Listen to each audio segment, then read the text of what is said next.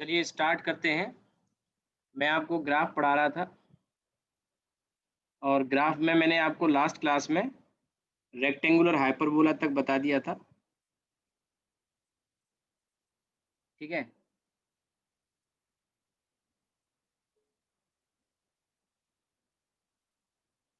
हाँ, आशीष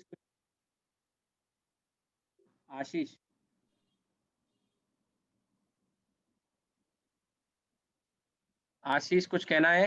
hand raise कर रहे थे।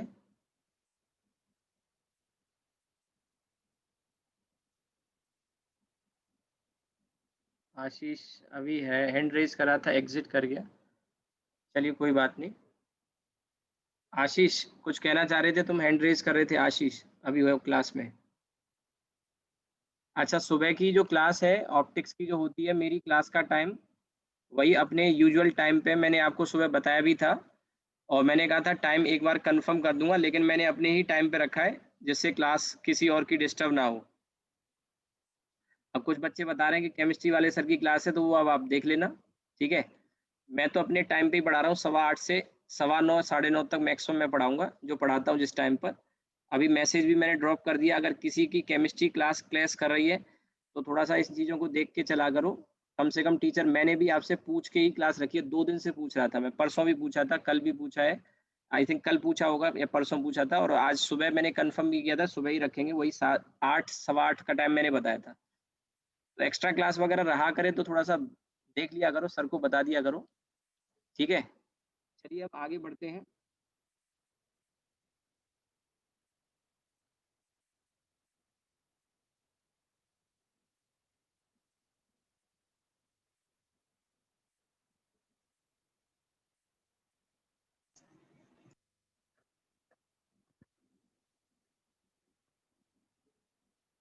आप देखो इसमें आगे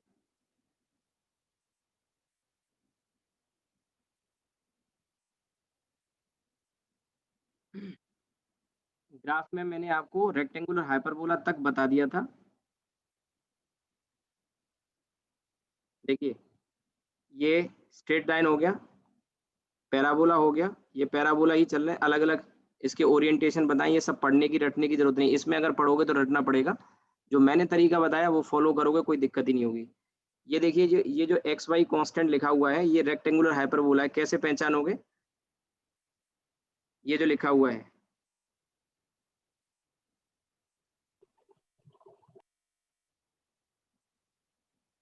ये लिखा है एक्स वाई कांस्टेंट, तो यहाँ वाई देखोगे, वाई प्रोपोर्शनल टू 1/x आ जाएगा, वही रेक्टेंगुलर हाइपरबोला कल जो बताया था, क्योंकि एक्स वाई कांस्टेंट है। तो ये कांस्टेंट को मान लो थोड़ी देर के लिए के कह दिया जाए, तो y equals to k by x type का आ गया। तो आप समझ सकते हैं y inversely proportional to x हो जाएगा। ठीक है? ये सर्किल की इक्वेशन बताई दी आपको, ये पैराबोला प्रोजेक्टाइल वाला केस बन गया। एक्स की पावर 2, वाई की पावर 1 और एक्स का कोफिशिएंट नेगेटिव है, तो पैराबोला नेगेटिव साइड में खुलेगा। ये भी एक पैराबोला है पासिंग थ्रू ओरिजिन, क्यों? क्योंकि कांस्टेंट टर्म नहीं है। कुल मिला के आप मेरी बात समझो, आपको रटना नहीं है। कुल मिला के आपको रटना नहीं है, ये बात आपको समझते हुए चलना है। ठीक है? अब हम यहाँ आगे देख रहे हो, ये साइन का ग्राफ है, ये वाला साइन का ग्राफ है, ये कॉस का ग्राफ है, साइन का और कॉस का। ठीक है? अब इसके बाद में ये इलिप्स का ग्राफ मैं आपको बता चुका हूँ, देखिए ये इलिप्स बना हुआ है, और ई की पावर माइनस के एक्स। अभी ये दो ग्राफ, हमको 3 ग्राफ और पढ़ने हैं, इसके साथ ये खत्म होगा, फिर हम इसमें कैलकुलस पढ़ेंगे, यानी डिफरेंशिएशन इंटीग्रेशन। लेकिन साइन कॉस के ग्राफ काफी ज्यादा इंपॉर्टेंट है, फिजिक्स में इनकी जरूरत पड़ती है। इलिप्स का मैं बता चुका हूँ। ठीक है? एक बात और मुझे याद आई जो मैं बताऊंगा, उसके बाद हम साइन और कॉस के ग्राफ पर आएंगे, फिर ई की पावर एक्स वाले ग्राफ पे। बहुत ज्यादा फिजिक्स में हमें इसकी जरूरत पड़ेगी। ठीक है? तो देखिए, इसमें एक्स, ये वाई। ठीक है? अब इसमें एक्स और वाई में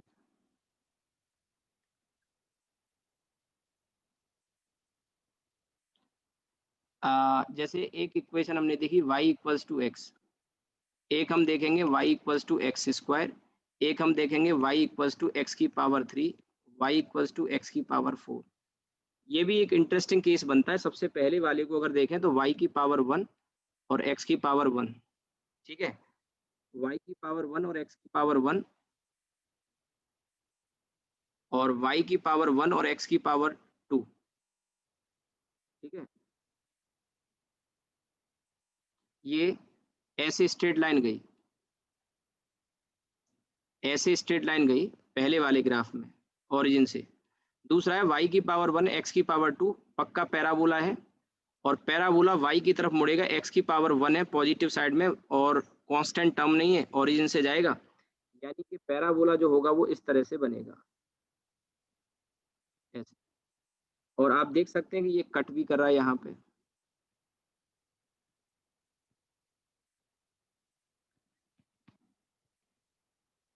1,1 पे आप रख के देख लो, x की वैल्यू 1 रखोगे y की वैल्यू 1 आएगी, किसी में भी x की वैल्यू 1 रखोगे y की वैल्यू 1 आएगी। ये ग्रीन वाला क्या हो गया, पैराबोला हो गया। सर इसके बाद हाँ बताओ। अगर ये y इक्वल्स टू माइनस का एक्स स्क्वायर होता तो फिर हाँ, y equals to minus x square होता ये, तो सिंपल सी बात है, एक्स स्क्वायर का कोफिशिएंट नेगेटिव है, एक्स स्क्वायर का कोफिशिएंट नेगेटिव होता है तो पैराबोला क्या करेगा, बताया नेगेटिव था ना? साइड बस तो ये ऐसे आ जाता है, उल्टा बन जाता। हाँ, ये तो पूछने की बात ही नहीं, क्योंकि ऑलरेडी हम इतना कुछ डिस्कस कर चुके हैं, तो ये चीजें तो खुद ही अंदाजा लग जाएगा तुमको। ठीक है, अब आते हैं y इक्वल्स टू एक्स की पावर 3। तो देखो x की वैल्यू अगर हम 1 रखेंगे तो y की वैल्यू 1 आएगी, x की वैल्यू नेगेटिव रखेंगे तो y की वैल्यू नेगेटिव आएगी। तो इसका जो ग्राफ होने वाला है वो ग्राफ कुछ इस तरह का, कल मैं बता रहा था कि जब पावर ऑड होती है तो फर्स्ट और थर्ड क्वाड्रेंट में, जब पावर इवन होती है तो पहले और दूसरे क्वाड्रेंट में।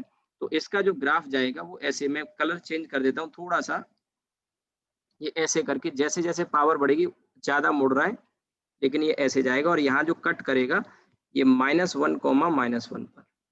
अब आप अंदाजा लगा सकते हो क्या कि x की पावर 4 है, ठीक है, y की पावर 1 है, तो इसका ग्राफ किस टाइप का हो सकता है आपके हिसाब से, अंदाजा कुछ किस किस क्वाड्रेंट में होगा, चलो यही बता दो। फर्स्ट और सेकंड फर्स्ट और सेकंड में ऑड सर पावर है, एक्स स्क्वायर जैसा होगा लेकिन थोड़ा सा चौड़ा होगा सर। हाँ हाँ हाँ, तो पहली और दूसरे क्वाड्रेंट में होगा और ज्यादा मुड़ेगा, तो मैं इसका कलर डिफरेंट कर देता हूँ, कोई डिफरेंट कलर इसमें ले लेते हैं, ये इस तरह का आएगा, इस टाइप का, थोड़ा ज्यादा मोड़ दिया है, हालांकि ऐसा नहीं होगा। आपको समझ में आया क्या बनाया मैंने, ये दोबारा से बना देता हूँ।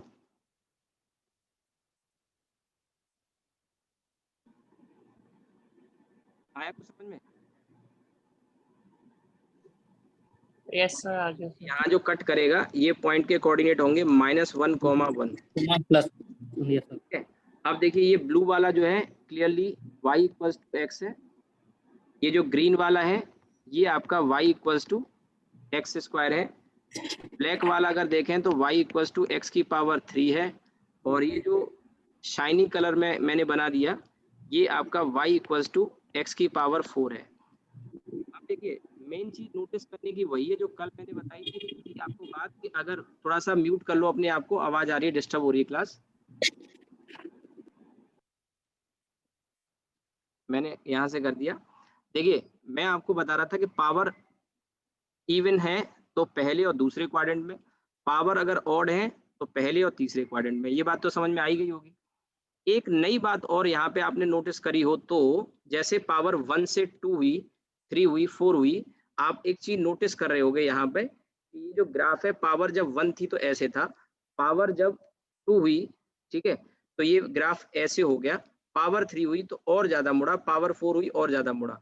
आप ऐसे समझ लो कि जितना ज्यादा पावरफुल होता जा रहा है कौन, एक्स, वो वाई की तरफ उतना ही ज्यादा पुश कर रहा है। वाई तो कमजोर पड़ गया, वाई की पावर रह गई कम, तो एक्स की पावर बढ़ गई, ताकत आ गई, तो क्या करेगा, वाई को परेशान करने के लिए वाई की तरफ मोड़ देगा, उसका अतिक्रमण करेगा, ऐसे समझो। या ये समझ लो मैंने क्या बताया था, जिसकी पावर कम होती है उसकी तरफ मुड़ जाता है, सिंपैथी आ जाती है, जिसकी पावर कम होती है कमजोर की तरफ मुड़ जाता है। नहीं आई बात समझ में? पैराबोला में भी तो बताया था मैंने, ये बात मैंने पैराबोला में भी आपको बताई थी, जिसकी पावर कम होगी उसकी तरफ मुड़ेगा, तो एक्स की पावर बढ़ती जा रही है, ताकत बढ़ती जा रही है, और ये रॉड मान लो, ये ब्लैक कलर की जो है रॉड है, और ज्यादा मुड़ती जाएगी जैसे जैसे पावर बढ़ेगी। पहले ऐसी थी और ज्यादा मुड़ी और मुड़ी और मुड़ी और मुड़ी, यानी जैसे जैसे पावर बढ़ेगी रॉड और बेंड होती जाएगी, किसकी तरफ, जिसकी पावर कम थी। आगे बात समझ में? इतने से ज़्यादा ज़रूरत नहीं है, इतने से काम चल जाएगा अपना। बहुत ज़्यादा हाई-फाई चीज़ें नहीं सोचनी, बस ग्राफ का पढ़ाने का मेरा तरीका अलग है। हाँ, लेकिन चीज़ें जो मैं पढ़ाऊँगा वो यूज़फुल है, उससे कोई भी ग्राफ हैंडल कर लोगे। अब हम आते हैं इसके बाद में साइन और कॉस के ग्राफ में। टैन, कॉट, सेक, कॉसेक के ग्राफ बिल्कुल भी नहीं पढ़ने, हमको फिजिक्स में ज़रूरत नहीं है। आपके मन में सवाल आए उससे पहले ही उस सवाल को मैं खत्म करना चाहता हूँ। टैन, कॉट, सेक, कॉसेक के ग्राफ हमको ज़रूरत नहीं है। टैन का ग्राफ कुछ इस तरह के और कॉट के ग्राफ कुछ इस तरह का आएगा। कॉस और कॉसेक और सेक के ग्राफ कुछ इस तरह के आएँगे। बिल्कुल फिजिक्स में ज़रूरत नहीं पड़ती और बिल्कुल पढ़ने की ज़रूरत भी नहीं है। हमको ज़रूरत है साइन और कॉस के ग्राफ की, और एक चैप्टर में नहीं, कई चैप्टर में हमें ज़रूरत पड़ेगी, जैसे कि एसएचएम, जैसे कि एसी अल्टरनेटिंग करंट 12th में लाइट अभी हम पढ़ रहे हैं मॉर्निंग वाली क्लास में। वहाँ आप देख रहे हो कि वेव के सुपरपोजिशन में कॉस स्क्वायर वगैरह का ग्राफ आ गया वहाँ पे इंटेंसिटी का, और साउंड में प्रोग्रेसिव वेव वगैरह के लिए हमें काफ़ी ज़रूरत पड़ती है। तो साइन का जो ग्राफ होता है वो कैसा होता है? सबसे पहले तो साइन का ग्राफ, ठीक है? तो साइन का जो ग्राफ है, अगर आप देखें साइन को ऐसे लिखा जाता है, वैसे तो आपको पता हो। तो साइन और कॉस के ही ग्राफ पता है क्यों पढ़ते हैं? उसका वजह क्या है? तो सबसे पहले तो कोई फंक्शन ले लिया y equals to sine x. X यहाँ पे एंगल को रिप्रेजेंट कर रहा है, y वैल्यू। साइन और कॉस की वैल्यू फाइनाइट होती है, कभी भी साइन और कॉस की वैल्यू 1 के और -1 के बाहर नहीं हो सकती। जैसे ये 2 लाइन है, इसको भी मैं हटा देता हूँ। जैसे एक ये लाइन मैं खींच रहा हूँ और एक लाइन मैं ये खींच रहा हूँ, ठीक है? अब देखिए इसमें ये साइन का ग्राफ जो होता है वो ऐसे होता है। ये एक साइकिल होती है और ऐसी साइकिल बार-बार रिपीट करती है, ध्यान रखना। और ऐसे फंक्शन को जो बार-बार अपनी वैल्यू को रिपीट करता है, वो पीरियोडिक फंक्शन कहलाता है, यानी एक रेगुलर पीरियड के बाद अपनी वैल्यू को रिपीट करे। एसएचएम में 3 तरह के हम मोशन पढ़ते हैं, पीरियोडिक मोशन, ऑसिलेटरी मोशन और एसएचएम, सिंपल हार्मोनिक मोशन। वहाँ आपको इसकी ज़रूरत पड़ती है क्योंकि पीरियोडिक है, एक रेगुलर टाइम के बाद अपनी वैल्यू को रिपीट करता है, वाई यहाँ पर है। और ये जो मैंने ग्रीन में जो लाइन खींची है ना, ये ग्रीन वाली जो लाइन है, ये इसकी वैल्यू को रिप्रेजेंट कर रही है। कौन सी वैल्यू लेगा? ये +1 और इधर -1। मेरे बताने का मतलब ये है कि साइन की वैल्यू कभी भी +1 और -1 के बियॉन्ड नहीं होगी, हमेशा +1 और -1 के बीच में रहने वाली है, चाहे एंगल एक्स कितना भी बड़ा, कितना भी छोटा हो जाए, कभी भी साइन की वैल्यू इसके बाहर जाती नहीं है। और ये एक साइकिल हुई है, ऐसी हजारों लाखों साइकिल बना सकते हो क्योंकि एक्स पे कोई रेस्ट्रिक्शन नहीं है, बाउंडेशन नहीं है। एक्स एंगल है और ये कितना भी बड़ा छोटा हो सकता है, ऐसे ही रिपीट होगा। थोड़ा हाथ से स्केच कर रहा हूँ, थोड़ा बहुत रफ हो सकता है बनने में। ऐसा ही इधर भी आएगा और इधर भी कितना भी लंबा उसको खींच सकते हैं दोनों साइड में। ठीक है, अब आप एक बात समझो, इसमें ये एक साइकिल कहलाती है, एक। और ऐसी साइकिल बार बार रिपीट होंगी, बार बार रिपीट होंगी। ये जो साइकिल है, ऐसी साइकिल बार बार, जैसे एक ये हो गई एक साइकिल। अब इसी साइकिल का फिर से रिपीटिशन होगा, ये दूसरी साइकिल हो गई। ऐसी ही साइकिल आगे भी मिलती जाएंगी और आगे भी आप बना सकते हो ऐसे करके। बात समझ में आ गई? तो अब देखिए इसमें ये यहां तक समझ में आ गया। अब एक चीज और समझो, इसमें यहां से यहां तक x की वैल्यू है तो ये एंगल आता है 360। देखो यहाँ हम 360 के बाद वापस उसी क्वाड्रेंट में आ जाते हैं, 360 के बाद वापस उसी क्वाड्रेंट में आ जाते हैं हम पहले वाले में। तो इसके बाद ज्यादातर ज्यादातर केस में वैल्यू क्या होती है? रिपीट होती है।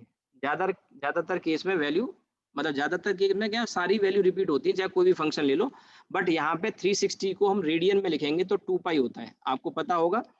180 डिग्री कह लो या फिर पाई रेडियन में कह लो, एंगल की 2 यूनिट होती है। एक डिग्री तो आपने छोटी क्लास में पढ़ी है, बड़ी क्लास में क्या होती है? पाई। और ये कन्वर्जन आपको आता ही होगा। अगर आपको इसमें बदलना होता है, डिग्री में दिया हो और रेडियन में बदलना हो, अगर किसी भी बच्चे को ना आता हो तो अलग से पूछ लेना। वैसे आपके लिए मैं बता रहा हूँ कि डिग्री से रेडियन में कन्वर्ट करना हो तो इसी में क्या करते हैं, पाई अपॉन 180 डिग्री से मल्टीप्लाई कर देते हैं। और रेडियन से डिग्री में करना हो तो उल्टा कर देंगे, 180 डिग्री अपॉन पाई कर देंगे, ठीक है? ये चीजें मैं पहले भी बता चुका हूँ, दोबारा से तिबारा से बता रहा हूँ, तीसरी बार कम से कम। लेकिन कोई बात नहीं, अगर नहीं बताया तो अब समझ लो, डिग्री से रेडियन। और फिजिक्स में अकेला एंगल थीटा कभी आए, अकेले से मेरा मतलब है कि sine theta cos theta type का नहीं, केवल थीटा टाइप का है, तो उसमें हमेशा थीटा की वैल्यू को ध्यान रखना, रेडियन में ही रखना होता है। हाँ, ट्रिग्नोमेट्री का रेशियो आ जाए sine cos tan cot type का, sine cos tan cot type का, ठीक है, तो बात अलग है, तो बात अलग है।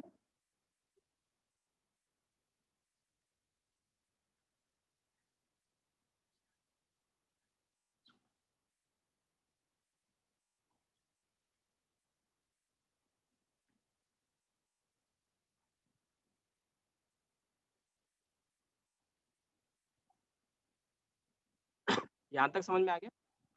तो ये डिग्री से रेडियन में और रेडियन से डिग्री में कन्वर्ट करने का तरीका है।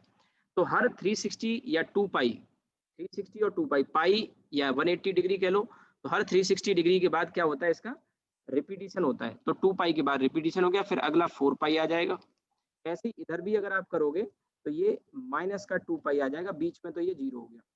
अब इसके अलावा क्या क्या वैल्यू मिलती है, जैसे 0 और 2 पाई के बीच में पाई मिलेगा, इधर 3 पाई मिलेगा, इधर आप माइनस पाई लिख सकते हैं यहाँ पर, और जो वैल्यू आएगी माइनस का 3 पाई एंड सो ऑन। इसमें 0 और पाई के बीच में अगर आप ये वैल्यू देखोगे तो कितना आ जाएगा, पाई बाई 2। पाई बाई 2 का मतलब 90 डिग्री, 90 डिग्री को आप पाई बाई 2 कह सकते हैं। जिन बच्चों को ये नया लग रहा हो, वैसे तो मैं सबको सिखा चुका हूँ, कोई बच्चा अगर नया कभी नहीं पढ़ा हो तो अलग से मुझसे पूछ लेना क्लास के बाद, ठीक है। तो ये चीजें मैं वैसे बता चुका हूँ, पहले ही बता चुका हूँ। 90 डिग्री को पाई बाई 2 कह सकते हो, बहुत फ्रीक्वेंट यूज होता है, यहीं से करके हम इसको निकाल सकते हैं। 90 में मैंने बताया पाई अपॉन 180 का मल्टीप्लाई करो, ये कट जाएगा, या ऐसे याद रखो 180 पाई होता है तो उसका हाफ है। तो ये अक्सर हमें जरूरत पड़ेगी फिजिक्स में। 45 डिग्री है तो और आधा कर दो, यानी पाई बाई 4 हो जाएगा। 30 डिग्री है, 180 का 1/3 है, 60 डिग्री है, 180 का 1/3 है, तो पाई बाई 3 हो जाएगा। ऐसे करके ध्यान रख सकते हो, ठीक है। ये वाली वैल्यू क्या आएगी, ये वाली वैल्यू पाई और 2 पाई के बीच में, 1 पाई 2 पाई के बीच में 3 पाई बाई 2 आ जाएगी। ये वैल्यू ऐसी फिर 5 पाई बाई 2 आ जाएगी। ये वाली वैल्यू फिर 7 पाई बाई 2 आ जाएगी एंड सो ऑन, ठीक है। और इन वैल्यू पे एक बात गौर करने की है कि साइन की वैल्यू पाई बाई 2 यानी 90 डिग्री पे कितनी आ रही है, 1। 90 के एंगल पे साइन की वैल्यू +1 आ रही है। और इधर देखोगे 3 पाई बाई 2 का मतलब समझे, समझे 270 डिग्री, तो 270 पर कितनी आ रही है, -1। और ये इस तरह से एक साइकिल में पॉजिटिव मैक्सिमम, एक साइकिल में पॉजिटिव नेगेटिव में मैक्सिमम, और उसी साइकिल में पॉजिटिव साइड में मैक्सिमम, और एक साइड में एक ही साइकिल में दूसरी बार नेगेटिव में मैक्सिमम वैल्यू अटेन करेगा। कहने का मेरा मतलब ये है कि यहाँ 0 से बढ़ते बढ़ते +1 तक जाएगा, और फिर इसके बाद वापस 0 आएगा, फिर नेगेटिव में -1 तक जाएगा, और फिर वापस ये 0 पे आ जाएगा। इस तरह की साइकिल बार बार रिपीट होती है, और इसी वजह से इसे हम पीरियोडिक फंक्शन कहते हैं, पीरियड। और इसके ग्राफ को यूज करने का कारण क्या है कि इसकी वैल्यू फाइनाइट है, +1 और -1 के बीच में, कॉस की भी और इसकी भी। टेन और कॉट की वैल्यू जो है इनफाइनाइट, माइनस इन्फिनिटी से लेके प्लस इन्फिनिटी तक जाती है। बायो के बच्चों को कभी जरूरत नहीं पड़ेगी, मैथ्स के बच्चों को मैथ्स में पढ़ाया जाएगा कि ग्राफ वगैरह, मुझे फिजिक्स में कतई जरूरत नहीं है। हम यहाँ पे जो फंक्शन पढ़ेंगे एसएचएम में, वो फाइनाइट वैल्यू वाले होते हैं। ऐसी सेक और कोसेक की जो वैल्यू होती है, ये इधर माइनस इन्फिनिटी और इधर प्लस इन्फिनिटी के बीच में रहती है, और यहाँ ये वैल्यू छूट जाती है, -1 और +1 वाली वैल्यू छूट जाती है साइन और सेक और कोसेक में, ध्यान रखना। क्योंकि ये फंक्शन फाइनाइट नहीं है, इनफाइनाइट वैल्यू लेते हैं, तो हमको फिजिक्स में कभी इनकी जरूरत पड़ने वाली नहीं है, कभी जरूरत पड़ने वाली नहीं, ध्यान रखना, ठीक है। हमको फाइनाइट फंक्शन की वैल्यू जरूरत पड़ती है, और उसी में पीरियोडिक फंक्शन, ऑसिलेटरी मोशन वगैरह होंगे, तो वहां पे साइन और कॉस के ग्राफ की जरूरत पड़ेगी। और कोई भी एसएचएम को अगर आप रिप्रेजेंट कर सकते हो तो केवल और केवल साइन और कॉस के टर्म में ही रिप्रेजेंट कर सकते हो, कोई भी एसएचएम हो।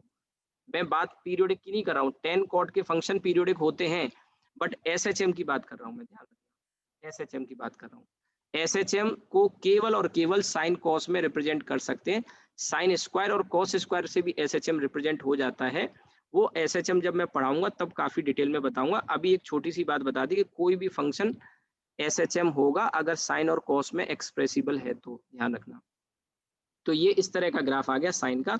और मेन चीज आपको जो ध्यान रखने की है कि +1 और -1 के बीच में वैल्यू रेस्ट्रिक्ट रहती है, इसके बियॉन्ड नहीं जा सकती कभी भी, चाहे कितना भी x की वैल्यू को कम ज्यादा कर लो। अब आपने कहा कि इस पे ज्यादा हो सकती है क्या, इस तरह से, जैसे मैंने इसको y = sin x को 2 sin x रख दिया, तो देखो भैया sin x की वैल्यू तो +1 और -1 के बीच में ही रहेगी ना, लेकिन अब 2 का मल्टीप्लाई करो तो y की वैल्यू फिर +1 और -1 में नहीं आएगी, फिर आएगी वो +2 और -2 में। देखो 2 का मल्टीप्लाई कर दिया। अगर इसी वैल्यू में हाफ का कर देते तो ये फिर हाफ और -हाफ के बीच में रहेगी। अगर यही वैल्यू में 3 का मल्टीप्लाई कर दो इसी में 3 कर दो तो फिर ये वैल्यू y + 3 और -3 के बीच में लेगा। सिंपल सी बात है। तो ऐसे स्टेप में आप इस तरह की सिचुएशन देखो y = a sin omega t type की। तो sin ओमेगा t की वैल्यू कभी भी +1 और -1 के बाहर नहीं हो सकती। ओमेगा t एंगल है, जैसे x है ना, वैसे ही ओमेगा t एंगल है, SHM आगे आएगा। अब उसमें इसकी वैल्यू हमें पता है कि +1 -1 के बियॉन्ड में नहीं जा सकती, तो y की वैल्यू किस-किस के बीच में होगी? +a और -a के बीच में।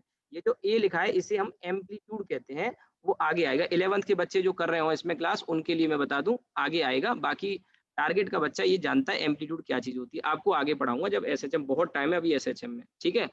एम्पलीट्यूड का दूसरा नाम आप अभी फिलहाल के लिए समझ सकते हैं, मैक्सिमम डिस्प्लेसमेंट समझ सकते हो अभी के लिए, लेकिन आप ज्यादा डीप में मत जाओ अभी उसमें, क्योंकि अभी मैक्सिमम डिस्प्लेसमेंट क्या होता है ये एसएचएम में हम देखेंगे। ये वो वाला डिस्प्लेसमेंट और डिस्टेंस नहीं है जो 1D में पढ़ के आए हो आप, ठीक है। ये तो हो गया आपका साइन का ग्राफ। अब आते हैं हम कॉस के ग्राफ पर।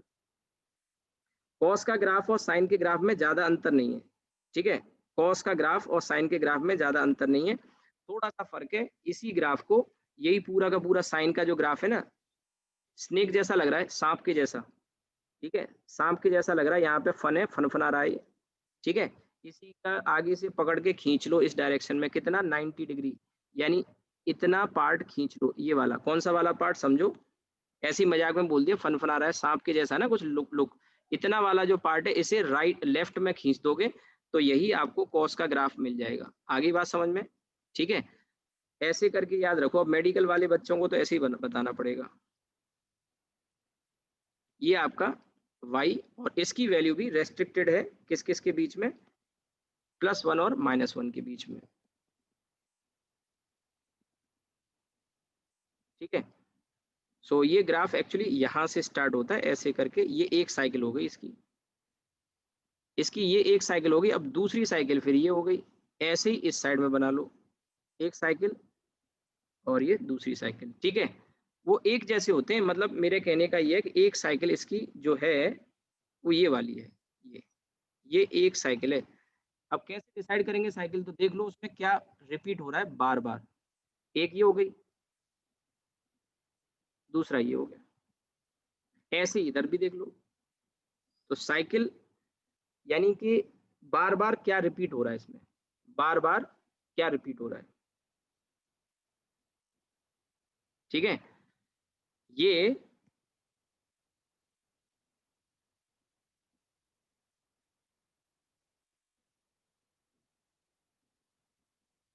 टू पाई, ये 4 पाई,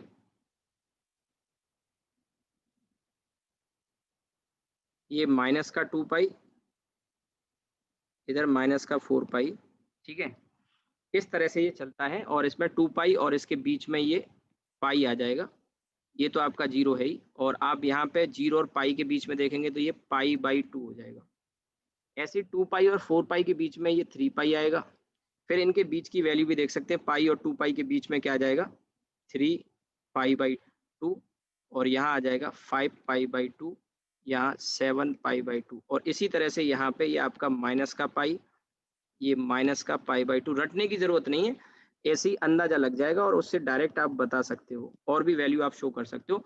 मेन चीज समझने की ये है, आप गौर करना मैं क्या कह रहा हूँ। जैसे अगर हम यहाँ टॉप से चलते हैं ऊपर से, तो जीरो पे, cos जीरो पे वैल्यू +1 होती है, ये +1 और इधर -1, ठीक है। अब ध्यान देना मेरी बात पर, ऊपर से हम चले नीचे की तरफ आ रहे हैं ऐसे करके, आपको विजिबल हो रहा हो, नहीं तो मैं दूसरा कलर यूज करता हूँ। देखिए हमने यहाँ से स्टार्ट किया ऐसे, तो ये वैल्यू +1 से जीरो की तरफ जा रही है, और ये वाली वैल्यू पाई/2 यानी 90 डिग्री पर cos 90 की वैल्यू आप जानते हो क्या होती है? जीरो होती है। तो +1 कब थी? +1 थी जीरो पे, तो 1 से कम होते होते जीरो हो गई। उसके बाद नीचे गए तो नेगेटिव हो गई -1, और उसके बाद -1 के बाद फिर से जीरो हो गई, और फिर जीरो के बाद फिर से +1 हो गई, तो फिर वहीं आ गए जहां से चले थे। तो इस तरह से इसमें रिपीटिशन होता है, यही बात ध्यान रखनी है, यही बात ध्यान रखनी है बस, ठीक है। तो साइन एक्स और कॉस एक्स के ग्राफ काफी यूज होते हैं फिजिक्स में, बहुत यूज होते हैं। आपको समझने होंगे, सीखने होंगे, जानने होंगे, उसके बाद ही काम चलेगा, आगे बिना इसके काम नहीं चल सकता। मैं चाहता तो 10 कॉट सेक कॉसेक के भी बताता, पर total waste of time, no need in physics, no need in physics. Physics में कभी भी 10 कॉट सेक कॉसेक के ग्राफ की कभी जरूरत नहीं पड़ेगी, ध्यान रखना। So total waste of time है अगर वो डिस्कस किया जाए तो। साइन कॉस की बहुत जरूरत पड़ेगी, मैं चैप्टर भी गिना देता हूँ। SHM साउंड हो गए 11th में, फिर 12th क्लास में आपका अल्टरनेटिंग करंट AC और लाइट में अभी जो वेव चल रहा है मॉर्निंग क्लास में, ठीक है, मॉर्निंग क्लास में जो वेव चल रहा है, ठीक है। तो चलिए हम आगे बढ़ते हैं। इसके बाद जैसे मैंने आपको शीट दिखा दी, शीट में वही ग्राफ है लेकिन उतने डिटेल में नहीं है। अब जैसे कि यहाँ पे आप देखो इलिप्स का ग्राफ ये दिख रहा है, x square plus x square by a square plus y square by b square equal to 1, ये वाला ग्राफ कल बता दिया था। ऊपर साइन कॉस के हो ही गए, यहाँ थीटा लेके बताया मैंने, एक्स लेके बता दिया। अब ये वाला जो कर्व है ना, ये बना हुआ है, इसमें एक्चुअली दो ग्राफ आते हैं। ये वाला एक्सपोनेंशियल जो लिखा है इसमें दो ग्राफ आते हैं, और ये और समझ लेंगे फिर आपका ग्राफ खत्म होकर डिफरेंशिएशन की शुरुआत होगी, ठीक है।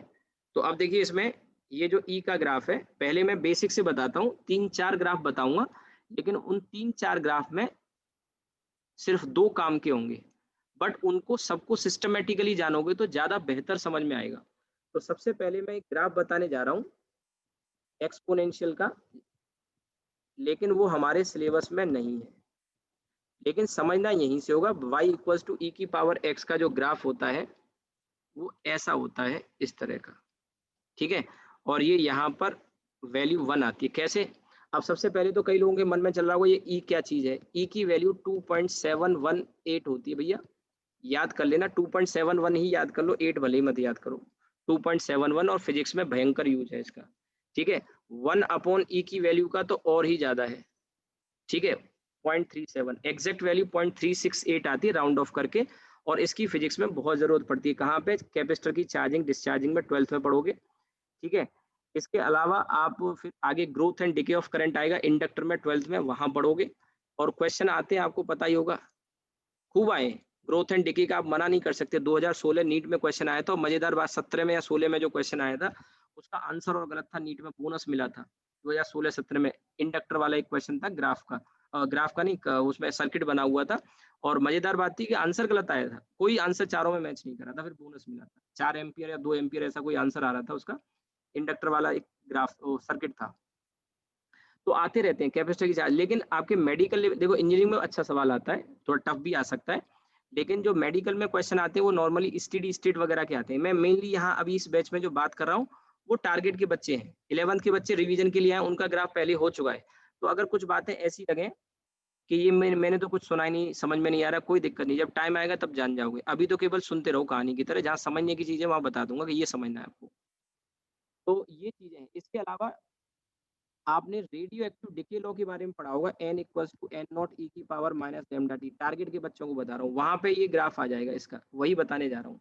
और ये केमिस्ट्री में भी आता है और फिजिक्स में भी आता है। मजेदार बात मैंने ये देखी, केमिस्ट्री वाले कई लोग जो है, मैं जिस कोचिंग पढ़ाता तो वो कहते थे नहीं वो फिजिक्स वाले सर पढ़ाएंगे, इकाई को पढ़ाएंगे भैया, केमिस्ट्री का केमिस्ट्री में पढ़ाओ ना, फिजिक्स वाले को फिजिक्स वाले का पढ़ाने दो।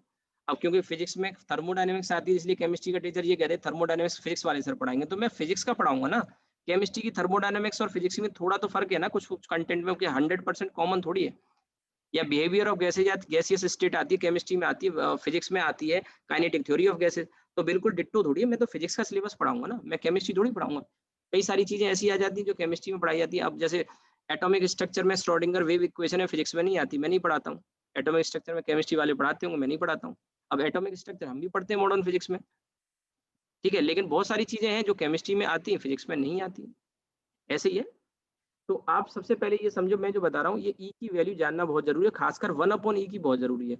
और देखो ये मैंने सब दे रखा है लास्ट में, इसके बिल्कुल लास्ट में एक न्यूमेरिकल कांस्टेंट दे रखे हैं मैंने यहाँ पे लास्ट में, बिल्कुल आपको दिखाई भी थे ये न्यूमेरिकल कांस्टेंट, ये रहे, ठीक है। ये वाले जो न्यूमेरिकल कांस्टेंट है, इसमें से फालतू जो थे सब हटा दिए मैंने, कुछ ही छोड़े जो काम के हैं।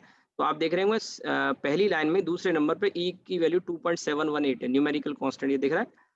ये दे दिए हैं जो आपको पढ़ने ही है, बिना इसके काम नहीं चलेगा। और उसी के आगे देखो 1 अपॉन ई की वैल्यू 0.368, राउंड ऑफ कर लो 0.37, रट लेना, बिना इसके काम नहीं चलेगा, फिजिक्स में बहुत जरूरत पड़ेगी, ठीक है। 1 अपॉन ई की तो बहुत बहुत ज्यादा जरूरत पड़ेगी, ठीक है। तो ये सब कुछ है इसमें, शीट में जरूरत की चीजें सब कुछ है, मैं भी बताते चलूंगा। तो ये जो ई यहाँ लिखा हुआ है ये यही है। अब आपने कहा ये 1 वैल्यू कैसे ली, कोई भी नंबर हो, कुछ भी हो, किसी की पावर 0 करो, ई हो, एक्स हो, वाट एवर, किसी की पावर 0 होती है तो 1 आता है कि नहीं आता, आप जानते हो। किसी की वैल्यू क्या हो, 0 हो तो 1 आता है, तो ये 1 से जाएगा, ये 1 से जाएगा,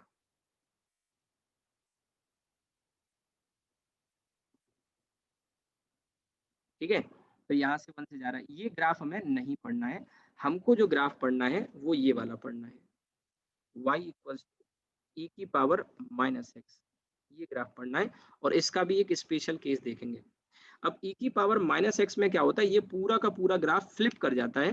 फ्लिप फ्लिप का मतलब ये है कि जो ग्राफ हमें पॉजिटिव एक्स की तरफ मिल रहा है वो अब मिलेगा नेगेटिव एक्स में, और जो नेगेटिव एक्स में मिल रहा है वो पॉजिटिव एक्स में मिलेगा। क्यों? क्योंकि यहाँ एक्स की वैल्यू सोचो जरा, एक्स की वैल्यू जब मैं पॉजिटिव रखूंगा तो माइनस साइन की वजह से नेगेटिव हो जाएगी, और जब नेगेटिव रखूंगा तो पॉजिटिव हो जाएगी। यही बात समझने की है। तो पूरा का पूरा ग्राफ क्या हो जाएगा, फ्लिप हो जाएगा, और फ्लिप होने के बाद में ऐसे जाएगा और कट ये यहीं करेगा 1 पर। ठीक है, तो ये भी ग्राफ हमें फिजिक्स में जरूरत नहीं पड़ेगी, हमें एक स्पेशल केस पड़ेगा जरूरत, और वो है y इक्वल्स टू ई की पावर माइनस टी टाइप का, और t यहाँ टाइम होगा फिजिक्स में जब जरूरत पड़ेगी। तो अब क्या करना पड़ेगा, कोई बता सकता है मुझे अपनी तरफ से? यहाँ से मैं म्यूट कर देता हूँ, क्या करेंगे हम, कोई बताएगा? मैंने यहाँ से आपको अलाउ कर दिया है, अनम्यूट कर दिया है। सर टाइम को हम एक्स एक्सेस पे ले लें।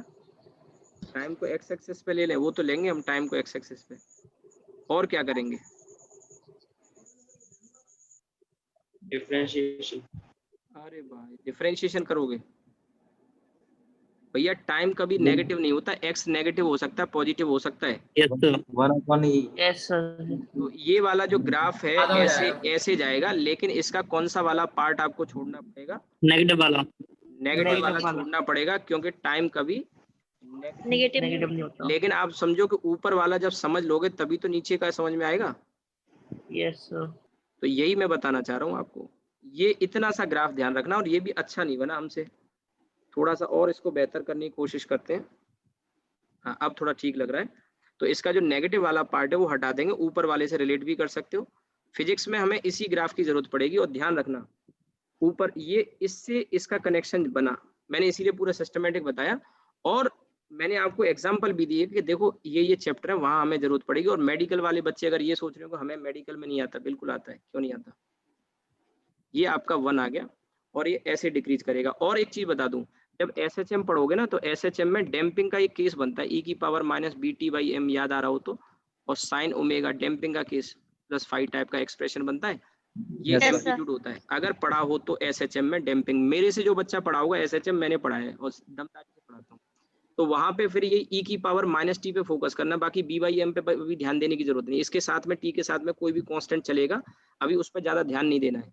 आपको ध्यान देना कि ई की पावर माइनस टी टाइप का अगर आएगा तो डिक्रीजिंग आएगा, एम्पलीट्यूड डिक्रीज करता है, डैम्पिंग होती है।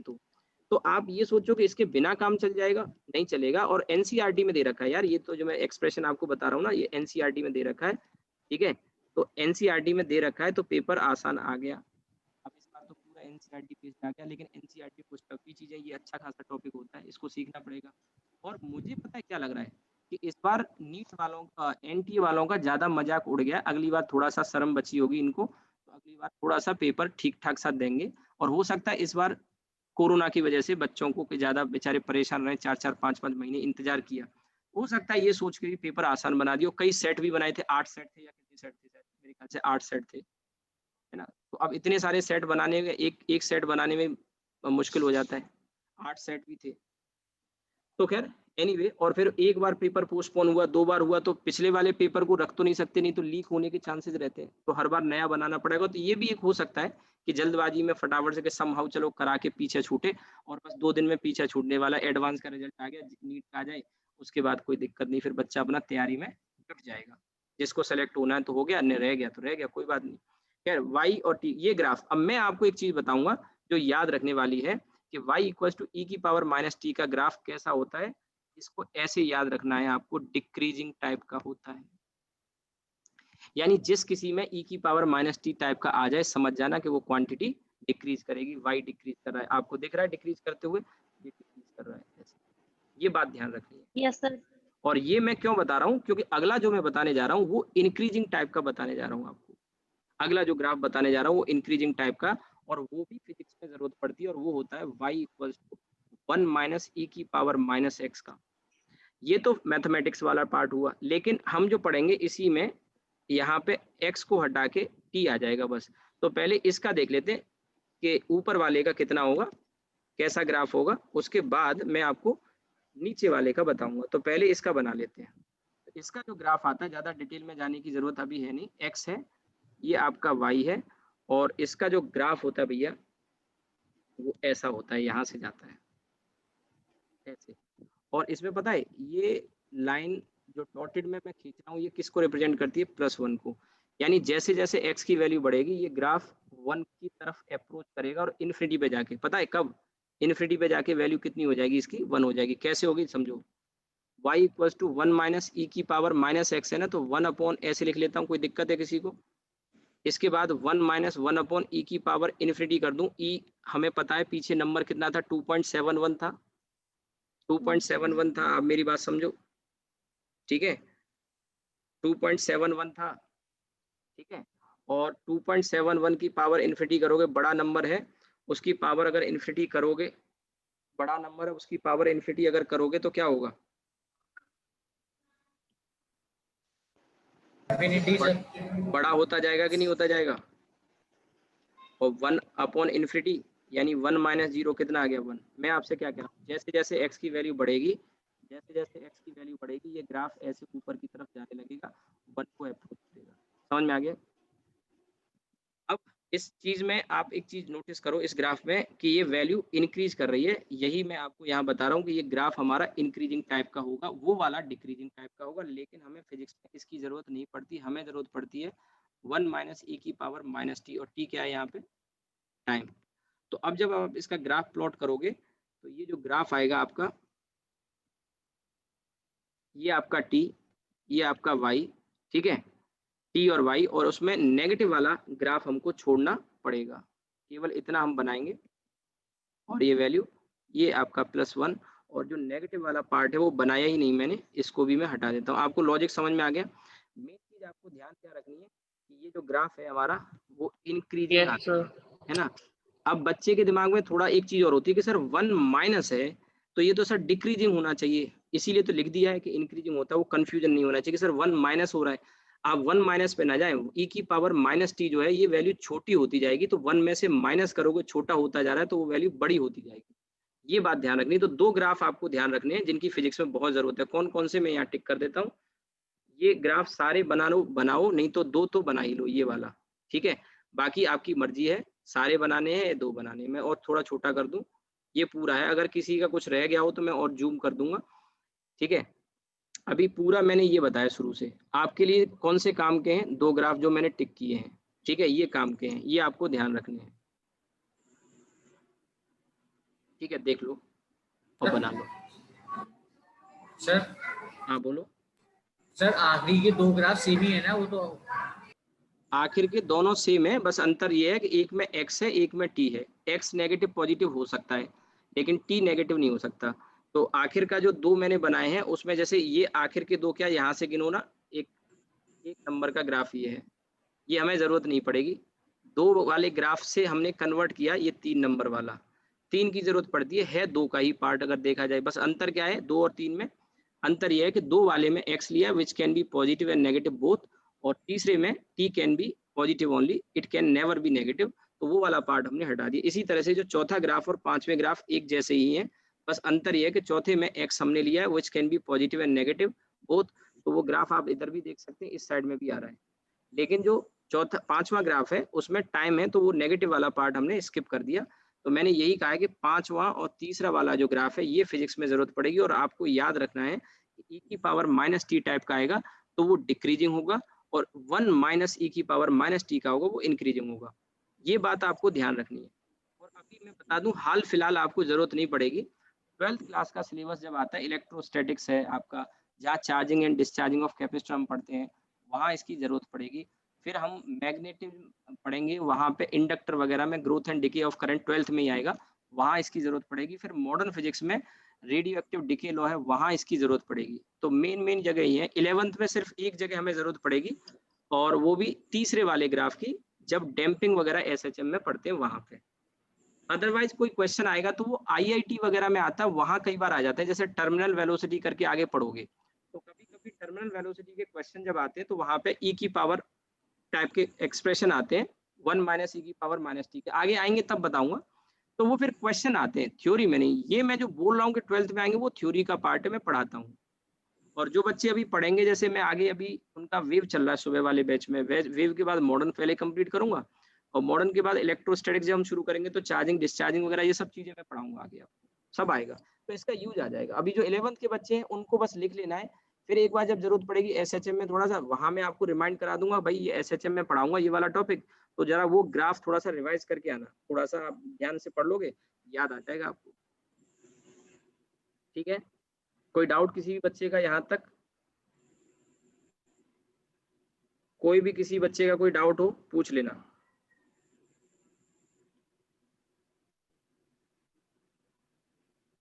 ठीक है,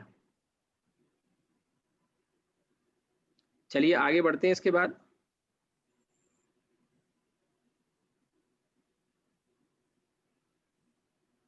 तो ये आपके ग्राफ यहाँ पे कंप्लीट हो जाते हैं।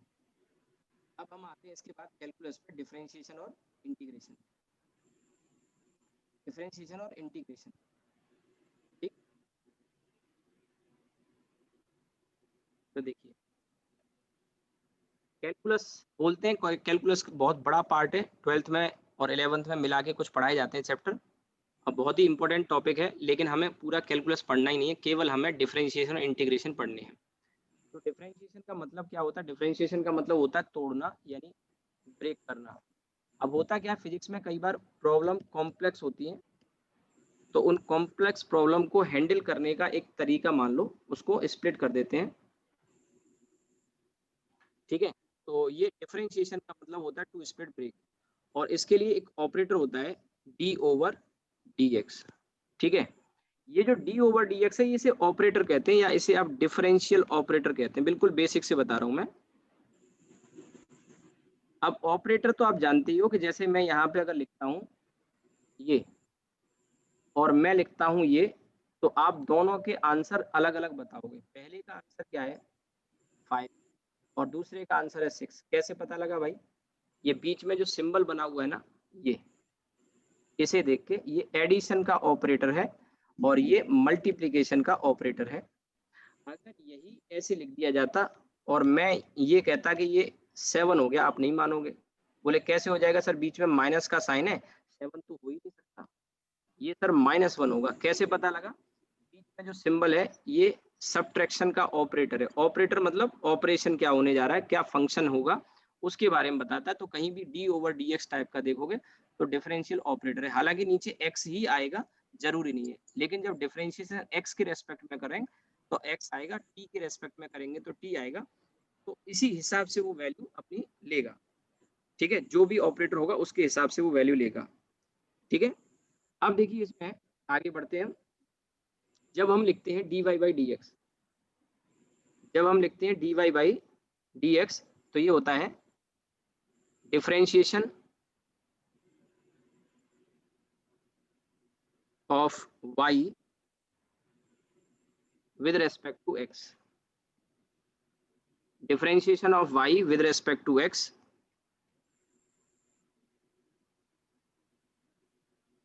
Differentiation of Y with respect to x, एक मतलब तो ये होता है। दूसरा होता है rate of change of, rate of change of Y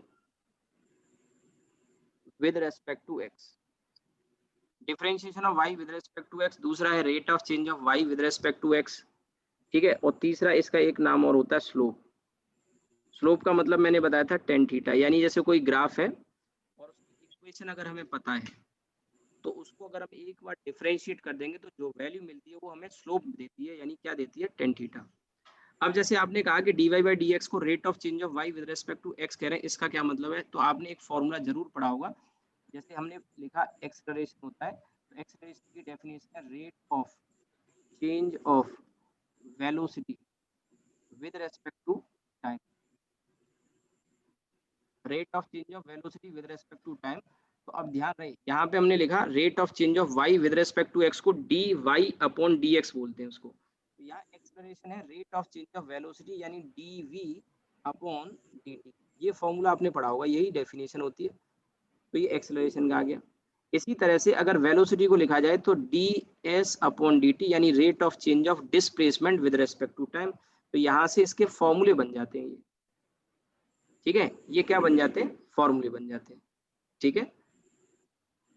तो सबसे पहले तो जो हमने लिखा है इसका सबसे पहला, अगर आप देखो तो इसमें पहला वाला जो है ये पूरा मैथमेटिकल एक्सप्लेनेशन है इसका, लेकिन जो दूसरा और तीसरा है ये वाला, ये फिजिक्स में यूज होगा, rate of change of Y with respect to x, ये फिजिक्स में यूज होगा, स्लोप, ठीक है। ग्राफ वगैरह जब हम आगे पढ़ेंगे, एक बार हम अभी पढ़ चुके हैं ग्राफ, एक बार इसका फिजिक्स का व्यू पढ़ेंगे। अभी हमने मैथमेटिकल वाला पार्ट ग्राफ का कंप्लीट किया है, अब इसी का 1D जब मैं पढ़ाऊंगा तो वहां ग्राफ आएगा, तो वहां मैं इसका मैथमेटिकल व्यू तो मैं दे चुका हूं, अब फिजिक्स का व्यू दूंगा और उसको रिलेट करेंगे चीजों को। जैसे मैं बता रहा हूँ कि यहाँ dv अपॉन dt को हम rate of change of velocity with respect to time कहते हैं। अब इसके कुछ फॉर्मूले हैं डिफरेंशिएशन के, वो फॉर्मूले स्टैंडर्ड हैं जो आपको याद करने ही करने हैं, ठीक है, स्टैंडर्ड फॉर्मूले हैं जो आपको याद करने ही करने हैं, बिना उसके काम नहीं चलने वाला। अगर याद कर लोगे तो फायदे में रहोगे, याद कर लोगे तो फायदे में रहोगे, ध्यान रखना, ठीक है। और आगे बहुत आसान हो जाएगा। अच्छा होता है क्या, मैं बता दूं, आपका एक मन में कोई कंफ्यूजन हो तो उसको मैं दूर कर दूं। कई बच्चों को क्या लगता है, कई बच्चों को ये लगता है कि डिफरेंशिएशन बहुत टफ है। आपको बिल्कुल बेसिक लेवल का पढ़ना है, अभी मैं पढ़ाऊंगा, each one of you will be able to learn it, सीख जाएगा हर कोई आप में से इस चीज को सीख जाएगा कि कैसे इसको करते हैं, ठीक है। डिफरेंशिएशन बहुत आसान है। और दूसरी बात मैं बता दूं, मेडिकल के बच्चों को दिक्कत होती है, इंजीनियरिंग वालों का तो मैथमेटिक्स वैसे ही अच्छा होता है, वो पढ़ेंगे आगे, तो उनकी तो कोई कंसर्न है नहीं। जो बच्चे मेडिकल के हैं उनको बहुत बेसिक लेवल का डिफरेंशिएशन, बहुत बेसिक लेवल का इंटीग्रेशन सीखना, बहुत हाई फाई नहीं सीखना, हाई फाई नहीं सीखना, बहुत बेसिक लेवल का मैं आपको सिखाऊंगा, बताऊंगा, सब क्वेश्चन आपको आएंगे, बशर्ते सीखना चाहो। और अब नहीं सीखोगे तो कभी नहीं सीख पाओगे, ठीक है। चलिए शुरू करते हैं। तो कुछ फॉर्मूले हम यहाँ पे डिस्कस करते हैं, पहले तो डिफरेंशिएशन के। जैसे सबसे पहला फॉर्मूला होता है D over D x of C, C यहाँ पे क्या है, कांस्टेंट, ठीक है। तो अब d over D x of C, c constant है तो कांस्टेंट का डिफरेंशिएशन क्या होता है, जीरो।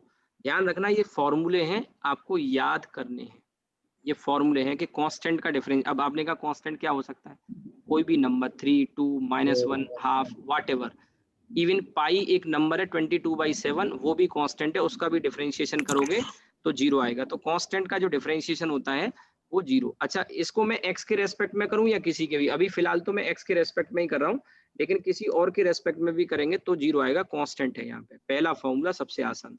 दूसरा जो फॉर्मूला है वो D over D x of x की पावर एन, एन कोई भी नंबर हो सकता है, एन कोई भी नंबर हो सकता है। तो इसमें क्या होता है, जो पावर होती है वो आगे आ जाती है और एक पावर कम हो जाती है, इतना ही होता है, इससे ज्यादा नहीं।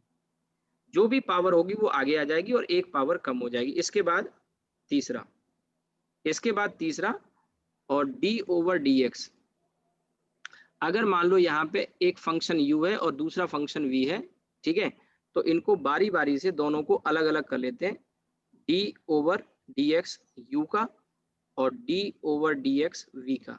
अगर बीच में प्लस साइन है तो यहाँ प्लस लेंगे, और बीच में अगर माइनस साइन है तो माइनस लेंगे। अगर बीच में प्लस साइन है तो प्लस लेंगे, बीच में माइनस साइन है तो माइनस लेंगे, ठीक है। चौथा फॉर्मूला, पहले फॉर्मूले बता देता हूँ कुछ और उसके बाद कुछ एग्जाम्पल कराऊंगा इन्हीं पर बेस्ड। अब जैसे d ओवर डी एक्स, और इसमें यहाँ एक कांस्टेंट c है और उसके साथ में ये आ गया x की पावर n, तो अगर अकेला कांस्टेंट आता है तो उसका डिफरेंशिएशन जीरो होता है, लेकिन अगर किसी वेरिएबल के साथ में आता है तो कांस्टेंट को तो छोड़ देते हैं, c को छोड़ दिया, और जो x की पावर n है इसके लिए वही रूल नंबर 2 फॉलो करेंगे, n आगे आ जाएगा और एक पावर कम हो जाएगी। c कुछ भी हो सकता है, मल्टीप्लीकेशन डिवीजन में होगा तो उसको छोड़ देते हैं, ये बात आपको ध्यान रखनी है, ठीक है।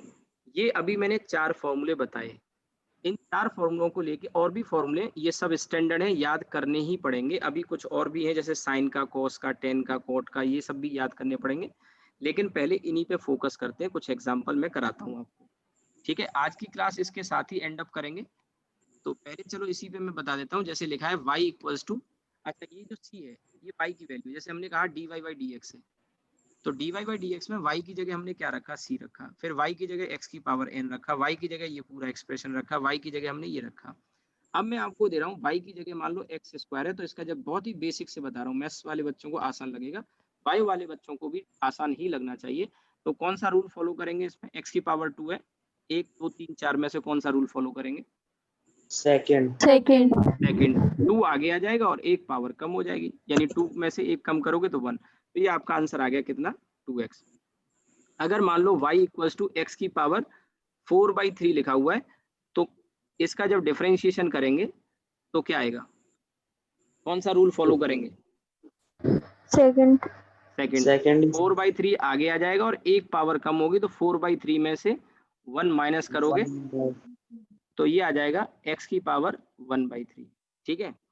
इसी तरह से अगर मान लो लिखा हुआ है y इक्वल्स टू 2x की पावर 3, तो कौन सा रूल फॉलो होगा बताएं, फोर्थ वाला, क्योंकि 2 मल्टीप्लीकेशन में कांस्टेंट है, उसको छोड़ देंगे और x की पावर 3 का करेंगे तो पावर आगे आ जाएगी और 1 पावर कम हो जाएगी।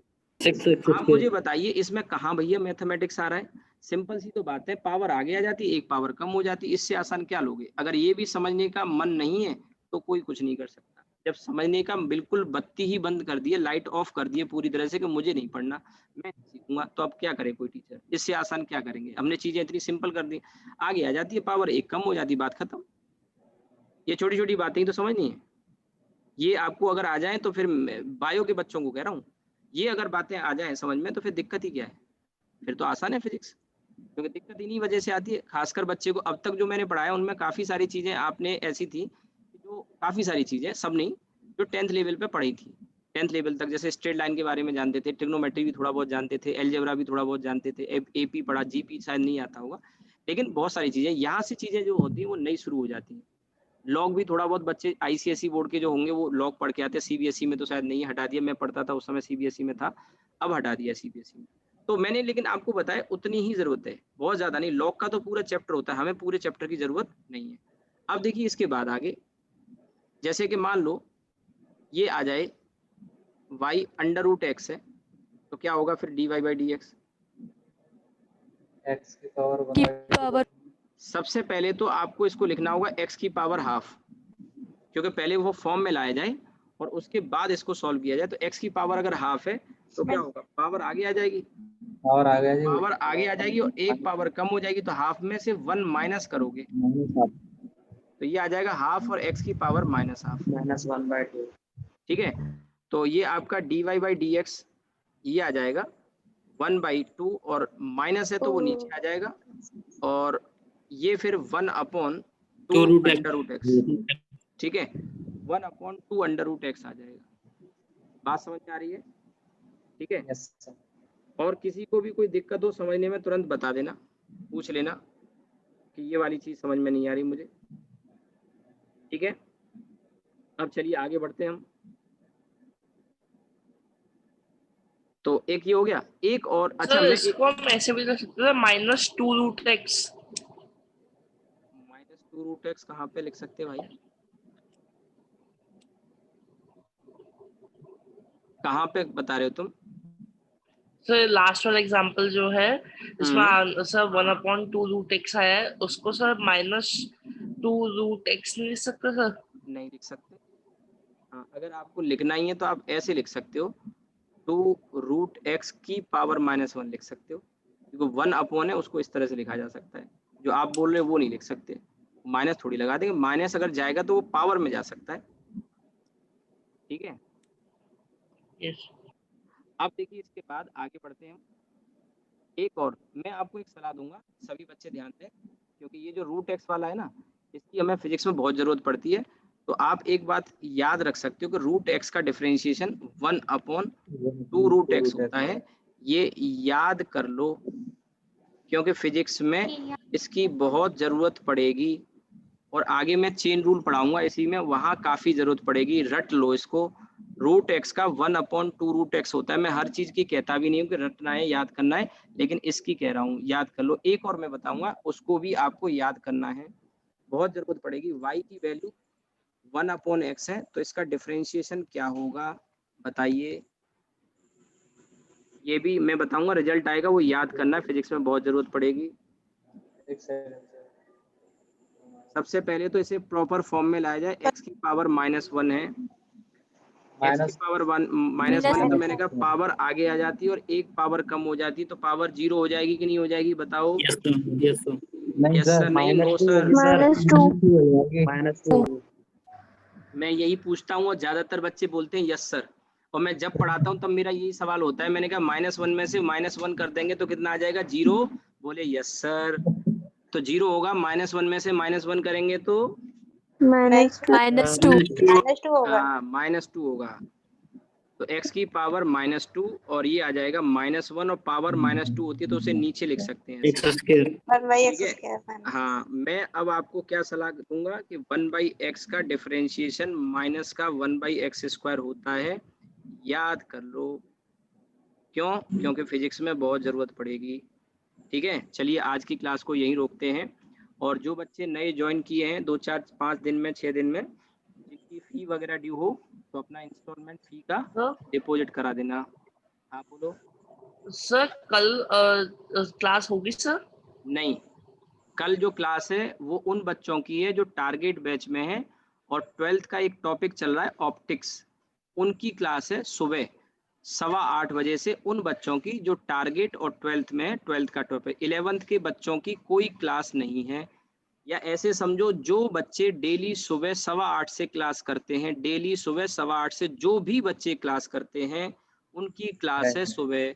बाकी किसी बच्चे की क्लास नहीं है। जो सुबह कर रहा है उस बच्चे की क्लास है, बस समझ लो। चाहे वो शाम को कर रहा है, सुबह कर रहा है, नहीं, सुबह जो क्लास कर रहा है 8:15 से उनकी क्लास है। ठीक है, ऑप्टिक्स चल रहा है, वेव ऑप्टिक्स 12th का टॉपिक, उसी को कंटिन्यू करेंगे। उसमें इंटरफेरेंस चल रहा है। ठीक है, चलिए रुकते हैं। Thank you sir.